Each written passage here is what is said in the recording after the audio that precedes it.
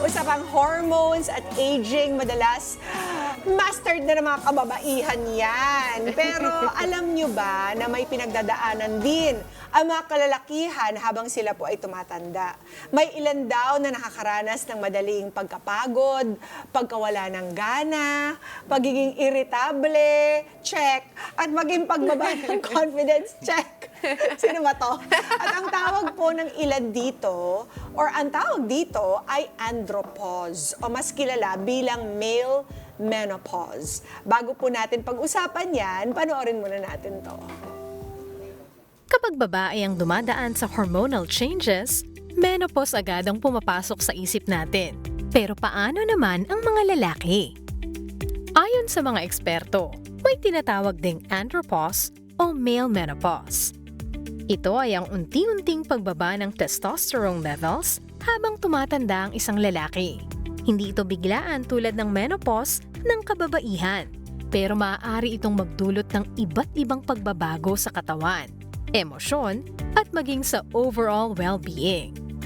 Kabilang sa mga posibleng sintomas ang madaling pagkapagod, mababang energy, hirap matulog, pagdagdag ng timbang, pagiging iritable, pagkawala ng motivation, at maging pagbabago sa sexual health. Pero ayon sa eksperto, mahalagang malaman na hindi pare-pareho ang nararanasan ng bawat lalaki.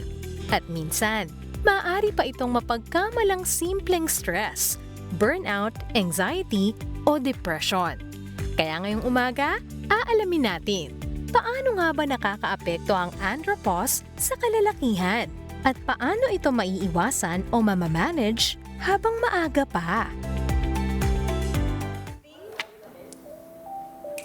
Kaya po kasama natin ngayon si Doc Lester Anthony Florencio, isang urologist, para bigyang linaw. Kasi yung mga simptomas na narinig natin, it could easily be ignored. Yes, Sasabihin totoo. natin, naku, pagod lang yan sa trabaho. Tama. Or wala lang gana kasi dahil sa stress. Yes. Or nasa age yan. Or nasa age habang almost tanggap na natin habang tumatanda mga lalaki.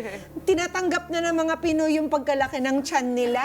Totoo As a din. sign of aging, and they don't do anything about it. True. diba? Hindi, at saka kasi, di ba yung mga lalaki, medyo magaling sila mag-ignore ng mga ganyang klaseng signs. Lalo na, kahit red flag na to, di ba? Health concerns, pero red flag na yon, ang dali nilang i-dismiss. Parang hindi, baka pagod lang ako or stressed lang ako, di ba? Parang easy Ganyan. sila to tolerate things na, na dapat magsalita na sila. Totoo. Diba? Easy to tolerate or nahihiyanan silang Nahihiya. malamin na nagsiset in na ang andropause sa kanilang Totoo. buhay. Totoo din yun. Kaya aalamin natin, Doc Lester, paano ba natin mahihiwalay yung totoong andropause dun sa simpleng stressed out lang siya, pagod lang siya, irritable lang siya. Yeah, so nagkaiba ng yung andropause versus yung stress lang. Usually, yung andropause, it affects yung personal life mo, social life, yung work, yung sleep.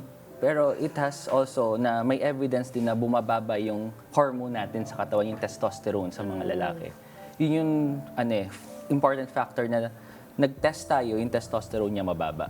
So, kung all of these symptoms Yes. are na-experience na ng isang lalaki, at meron ba tayong tinatawag na age range para hindi naman natin masabi na kahit yung 20-year-old, baka yun ang nangyayari sa kanya? Correct. Usually, yung testosterone bumababa yan starting at age 20. Pero yung symptoms, yung andropause, nagsa-start yan usually by age 40 to 50. Yeah. Oh, Could be, 40 to 50. 40 to 50. So, yan ang checklist nyo, mga kada. Dapat lahat ng mga simptomas, true? Dapat ba Yes. all are present? Hindi naman all. Tapos nandun sa ganong age? Paunti-unti, minsan one or two doon. Pero ang important kasi, if nakaka-apekto to sa daily life mo.